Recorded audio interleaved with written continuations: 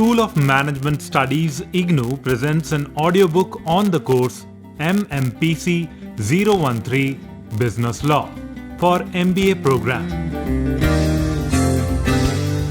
Block 6 Business and Sustainability, Unit 14 Consumer Protection Law, Part 2.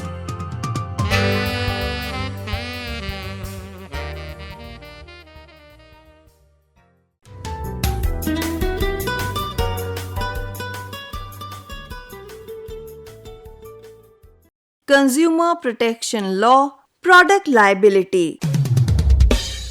The Act of 2019 provides a new provision of product liability which will be applicable to all cases where harm has been caused due to a defective product. The Act defines harm as including personal injury, mental agony, and emotional distress occurring as a result of a personal injury. Under this provision, a complainant can bring an action for product liability against a manufacturer or a product service provider or a product seller. A manufacturer can be made liable if the product has a manufacturing defect or when the product is defective in design. Manufacturers will also be liable if there is a deviation from manufacturing specifications or when they do not conform to the warranty, or if the product does not contain proper instructions for correct usage to prevent harm. It is clarified under the Act that liability is not contingent on the presence of fault on the part of the manufacturer. The product or service provider is liable in case of imperfect, deficient, or inadequate service, negligence, or conscious withholding of information that caused harm, not issuing adequate warnings, and non-conformity with warranty. The product sellers will also be liable if they had substantial control over the designing, testing, manufacturing, packaging, or labeling of the product.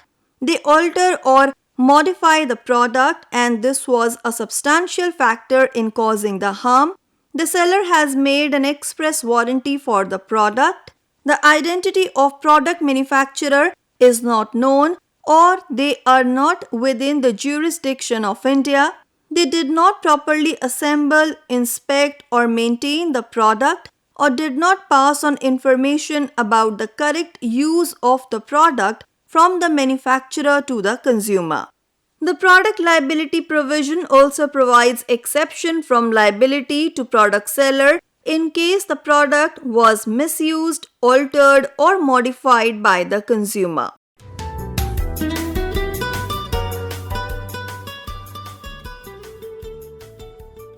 E-commerce. The new consumer protection regime under 2019 Act covers all modes of transactions offline, online through electronic means, teleshopping, direct selling, or multi-level marketing. To regulate the e-commerce sector in India and protect consumers from unfair trade practices in e-commerce, Consumer Protection E-commerce Rules 2020 were passed, which came into effect from 23rd July 2020. These rules put a lot of duties on e-commerce entities in the interest of consumers. Applicability of the rules. The Consumer Protection E-commerce Rules 2020 are applicable to: Number 1. These rules apply to all goods and services bought or sold over digital or electronic network, including digital products. Number 2. All models of e-commerce, including marketplace and inventory models of e-commerce. Number 3. All e-commerce retail, including multi-channel single-brand retailers and single-brand retailers in single or multiple formats. And number 4. All forms of unfair trade practices across all models of e-commerce. However, these rules shall not apply to any activity of a natural person carried out in a personal capacity, not being part of any professional or commercial activity undertaken on a regular or systematic basis. As provided under the Act, these rules shall apply to a multinational e-commerce entity offering goods or services to consumers in India. Duties of e-commerce entities. Some of the duties of e-commerce entities are: number 1.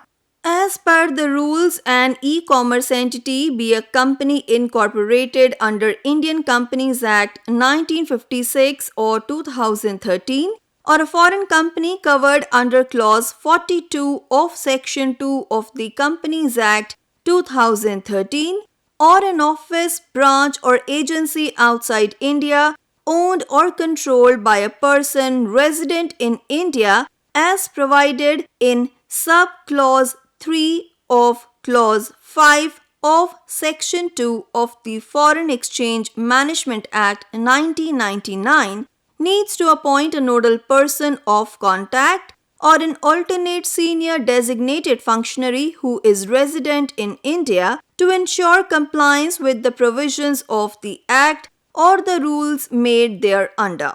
Number 2.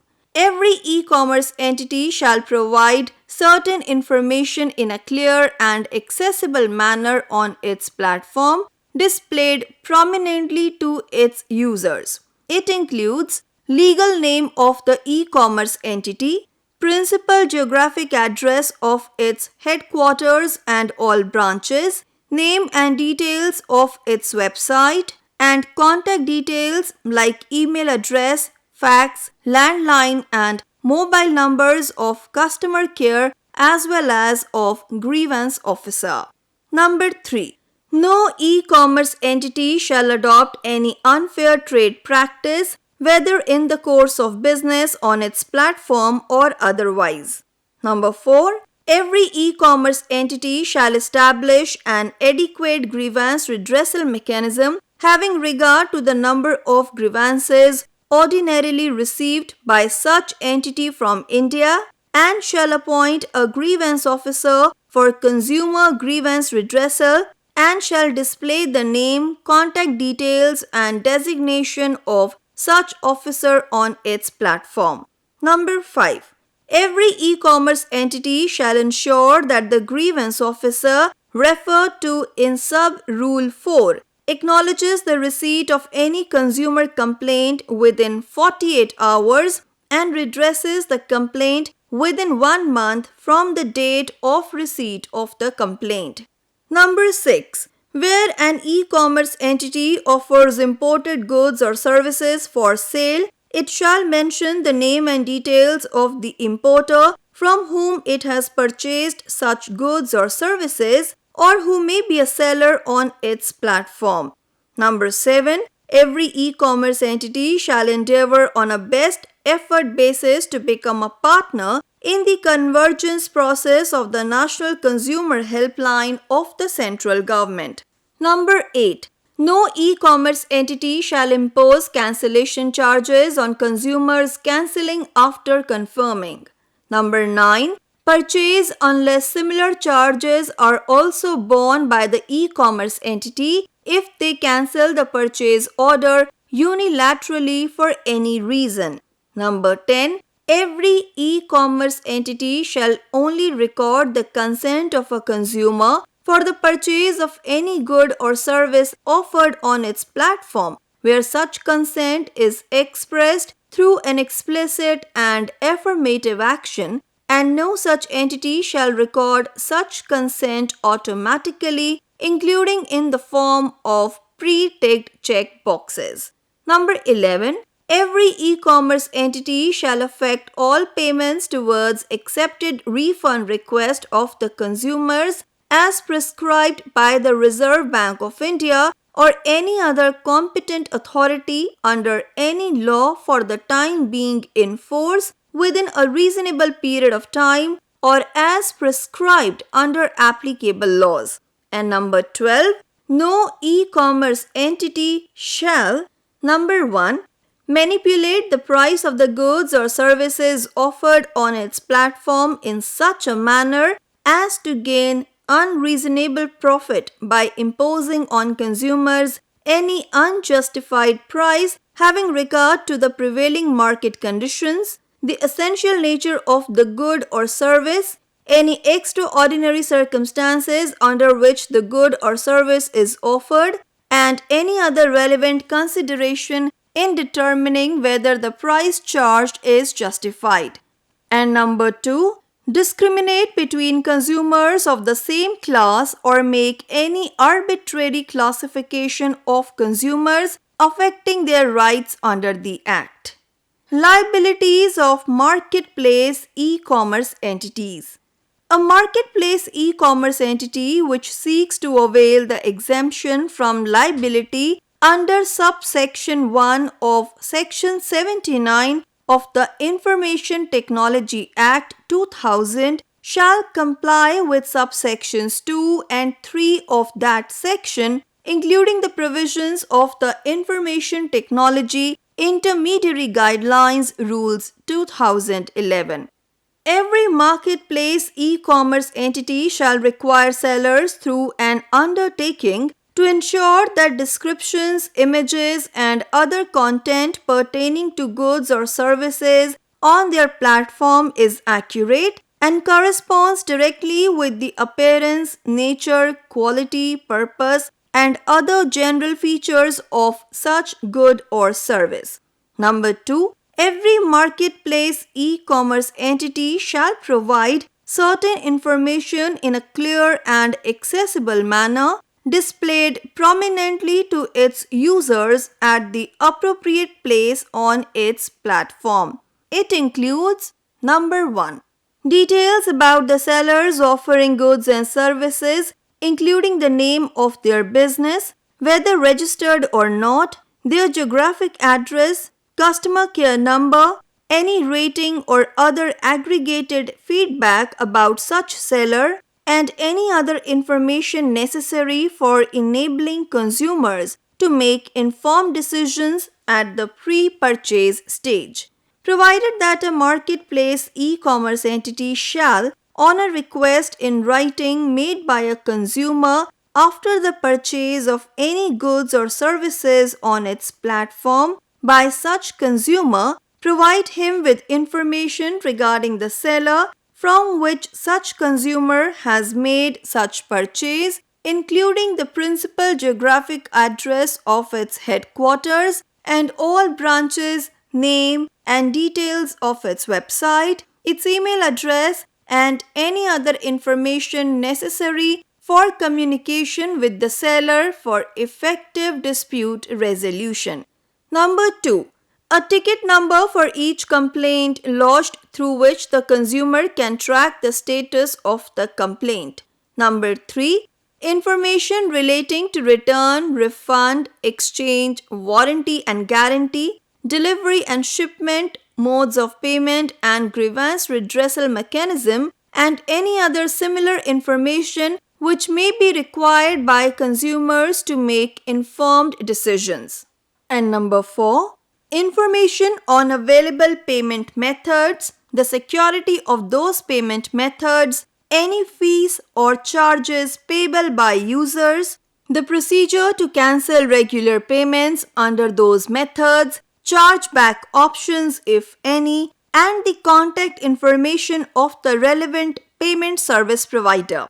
It also includes all information provided to it by sellers under sub-Rule 5 of Rule 6 and an explanation of the main parameters which individually or collectively are most significant in determining the ranking of goods or sellers on its platform and the relative importance of those main parameters through an easily and publicly available description drafted in plain and intelligible language. Every marketplace e-commerce entity shall include in its terms and conditions generally governing its relationship with sellers on its platform a description of any differentiated treatment which it gives or might give between goods or services or sellers of the same category. Every marketplace e-commerce entity shall take reasonable efforts to maintain a record of relevant information, allowing for the identification of all sellers who have repeatedly offered goods or services that have previously been removed or access to which has previously been disabled under the Copyright Act 1957, the Trademarks Act 1999, or the Information Technology Act 2000. Provided that no such e-commerce entity shall be required to terminate the access of such seller to its platform pursuant to this sub-rule, but may do so on a voluntary basis. Duties of sellers on marketplace. The duties of sellers on marketplace are mentioned under the E-commerce Consumer Protection Rules 2020. They are: Number 1. No seller offering goods or services through a marketplace e-commerce entity shall adopt any unfair trade practice, whether in the course of the offer on the e-commerce entity's platform or otherwise. Number 2. No such seller shall falsely represent itself as a consumer and post reviews about goods or services or misrepresent the quality or the features of any goods or services. Number 3. No seller offering goods or services through a marketplace e-commerce entity shall refuse to take back goods or withdraw or discontinue services purchased or agreed to be purchased, or refuse to refund consideration if paid if such goods or services are defective, deficient, or spurious, or if the goods or services are not of the characteristics or features as advertised or as agreed to, or if such goods or services are delivered late from the stated delivery schedule. Provided that in the case of late delivery, this sub-rule shall not be applied if such late delivery was due to force majeure. Number 4. Any seller offering goods or services through a marketplace e-commerce entity shall have a prior written contract with the respective e-commerce entity in order to undertake or solicit such sale or offer. He or she shall appoint a grievance officer for consumer grievance redressal and ensure that the grievance officer acknowledges the receipt of any consumer complaint within 48 hours and redresses the complaint within 1 month from the date of receipt of the complaint. The seller shall ensure that the advertisements for marketing of goods or services are consistent with the actual characteristics, access, and usage conditions of such goods or services, and shall provide to the e-commerce entity its legal name, principal geographic address of its headquarters and all branches, the name and details of its website, its email address, customer care contact details such as fax, landline, and mobile numbers, and where applicable, its GSTIN and PAN details. Number 5. Any seller offering goods or services through a marketplace e-commerce entity shall provide certain informations to the e-commerce entity to be displayed on its platform or website. It includes: Number 1. All contractual information required to be disclosed by law. Number 2. Total price in single figure of any good or service, along with the breakup price for the good or service, showing all the compulsory and voluntary charges such as delivery charges, postage and handling charges, conveyance charges, and the applicable tax as applicable. Number 3. All mandatory notices and information provided by applicable laws and the expiry date of the goods being offered for sale wherever applicable. Number 4. All relevant details about the goods and services offered for sale by the seller, including country of origin, which are necessary for enabling the consumer to make an informed decision at the pre-purchase stage. Number 5. The name and contact numbers and designation of the grievance officer for consumer grievance redressal or for reporting any other matter. Number 6. Name and details of importer and guarantees related to the authenticity or genuineness of the imported products. Number 7.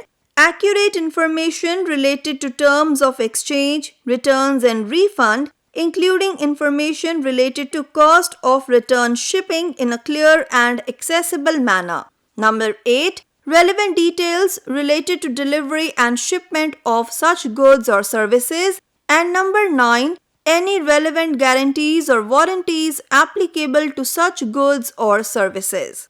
Duties and liabilities of inventory e-commerce entities. The duties and liabilities of inventory e-commerce entities are: Number 1.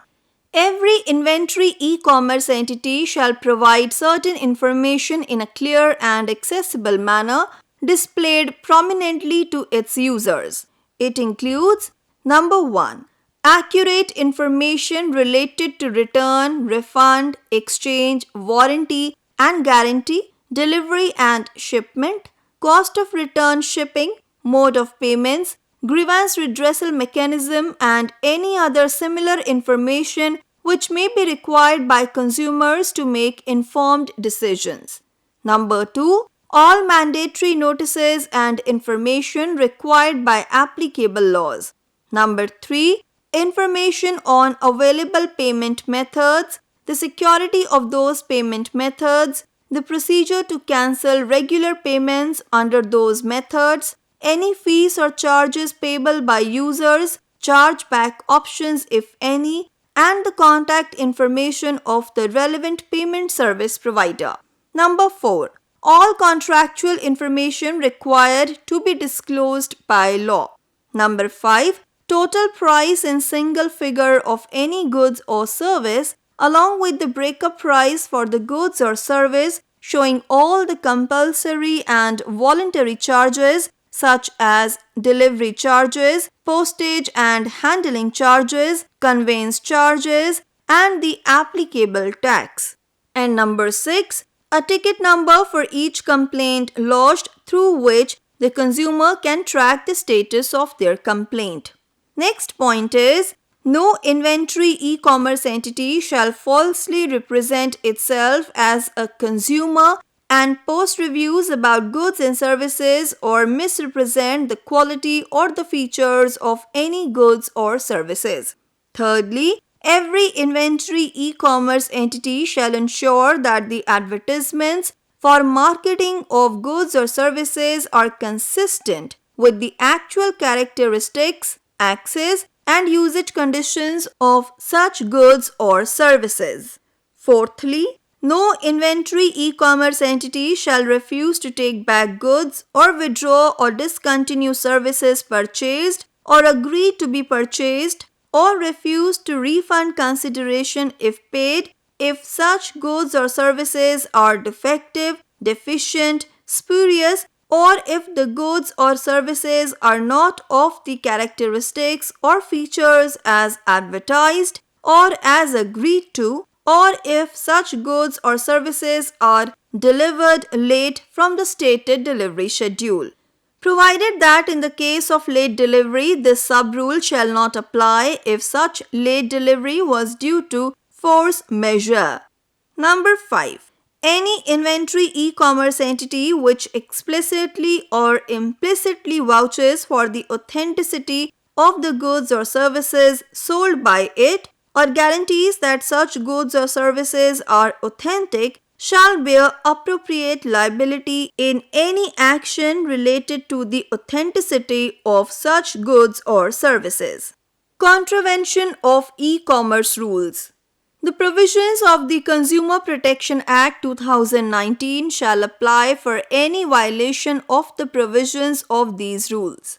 Therefore, the punishments and fines provided under the Act for non-compliance of orders of consumer forums are also applicable to any violation of the provisions of these rules. Amendment to the rules. The government is taking initiatives to amend the 2020 rules to bring transparency in the e-commerce platforms and further strengthen the regulatory regime to curb the prevalent unfair trade practices. Therefore, draft of proposed amendments to the rules was put for public comments in July 2021. Prohibition of fraudulent flash sales and mis-selling, appointment of chief compliance officer or grievance redressal officer, etc. are inter alia the key amendments proposed to the Consumer Protection E-Commerce Rules 2020.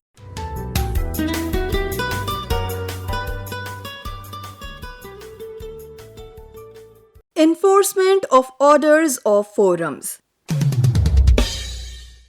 After the completion of the proceedings, the successful party can apply for enforcement of the order if the party against whom the order is passed does not comply. Every order shall be enforced by it in the same manner as if it were a decree made by a court in a suit before it. It means that unlike the previous act, the 2019 Act gives the consumer forums the power to enforce their own orders. Earlier, the parties had to file application to district collector for execution.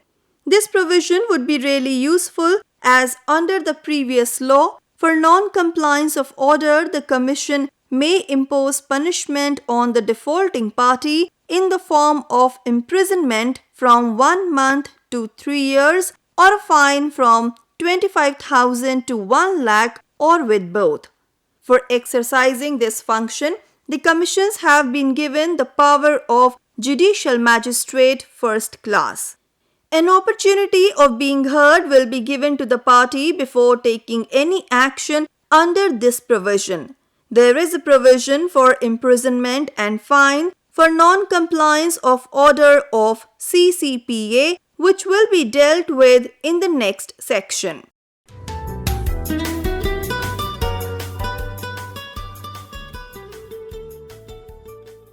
Offences and penalties. Unlike the Act of 1986, the Act of 2019 provides for new provisions relating to offences.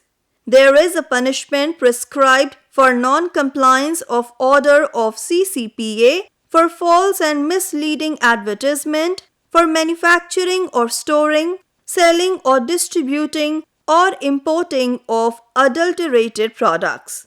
An imprisonment for a term up to 6 months or fine up to 20 lakh rupees or both may be imposed for non-compliance of order of CCPA. For false or misleading advertisement, imprisonment up to 2 years and fine up to 10 lakh rupees, which in case of any subsequent offence will increase to imprisonment up to 5 years and fine up to 50 lakh rupees, may be imposed on manufacturer or service provider.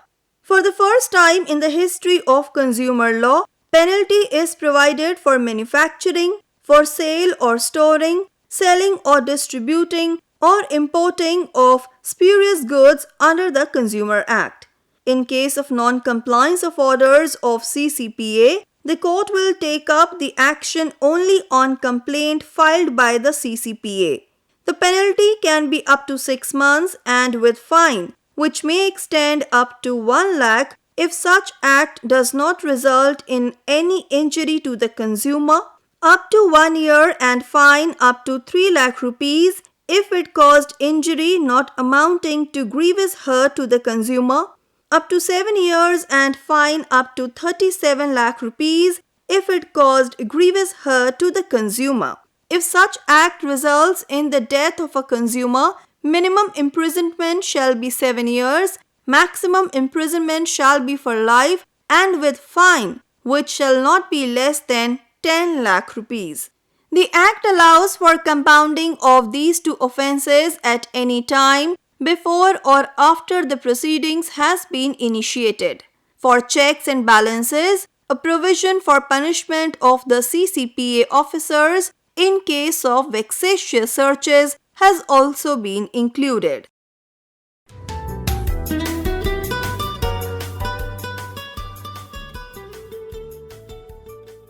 Consumer Protection Councils.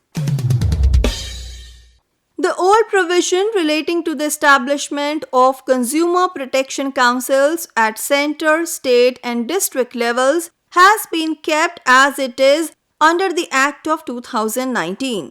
All these bodies are mandated to review consumer-related policies of the government and suggest measures for further improvements for protecting and promoting rights of the consumers. The Minister in charge of Consumer Affairs in the Centre is the chairman of the Central Consumer Protection Council, and it has other official and non-official members. The State Consumer Protection Council is headed by Minister in charge of Consumer Affairs in the state, and the District Consumer Protection Council is headed by the collector of the district. These councils are advisory in nature, and their object is to protect the rights of the consumers enshrined under the Act.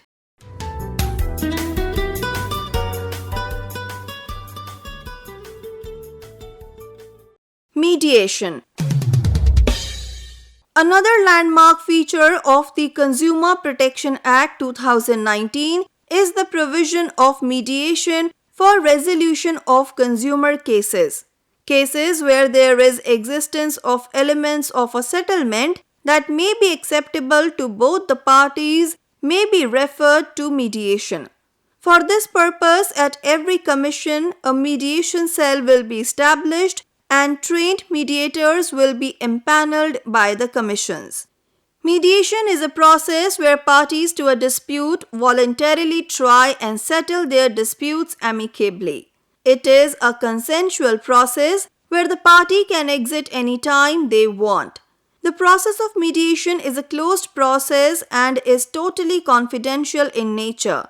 The mediator only plays the role of a facilitator, and the parties are the actual decision makers and they control the whole process, unlike the courts.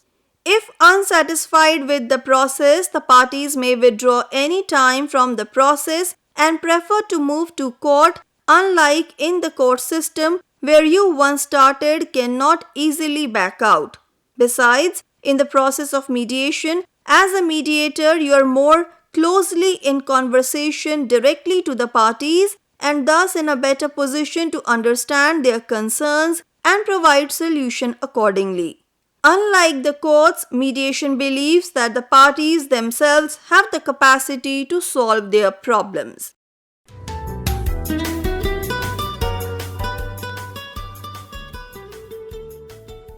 Now let's summarize the unit.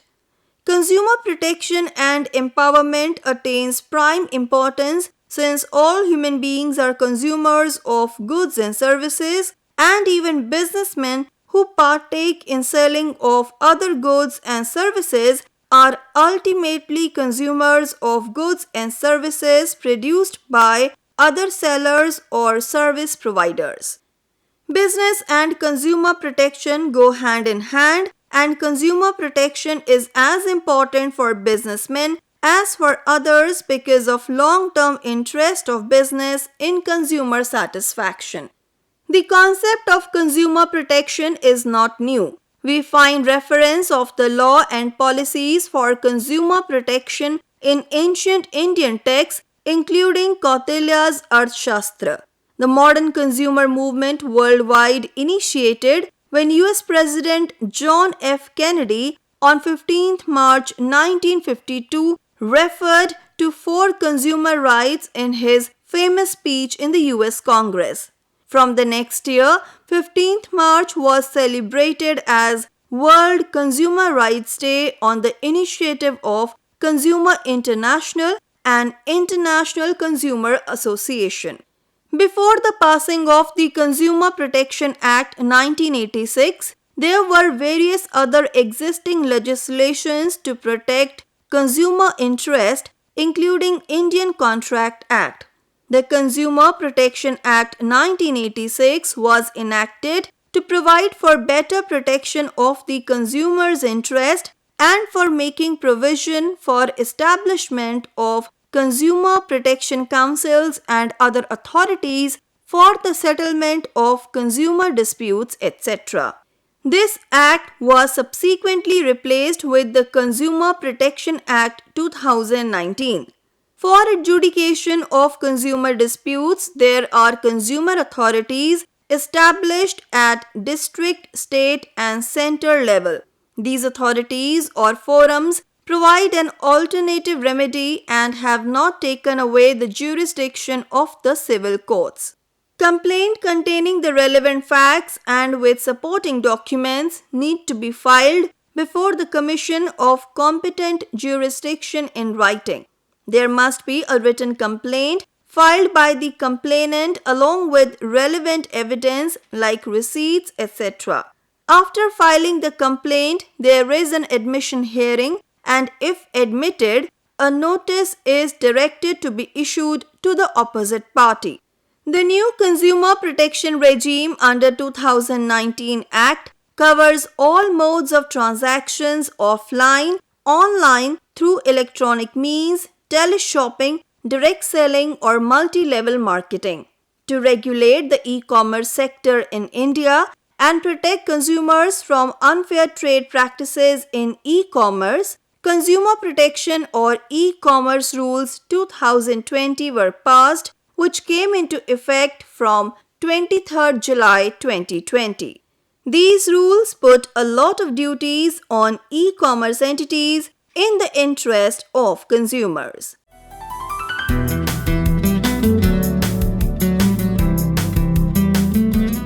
We were listening to the audiobook by the School of Management Studies IGNOU for MBA program. Course code MMPC-013 Business Law. Course Coordinator Professor K. Ravi Shankar. Voiceover by Harpreet Kaur. Edited by Savita Rana. Program assisted by Tarannum Jahan and Jagbandhu Jana. Program produced by Dr. Manoj Kumar Singh. This program was brought to you by Electronic Media Production Center of Indira Gandhi National Open University.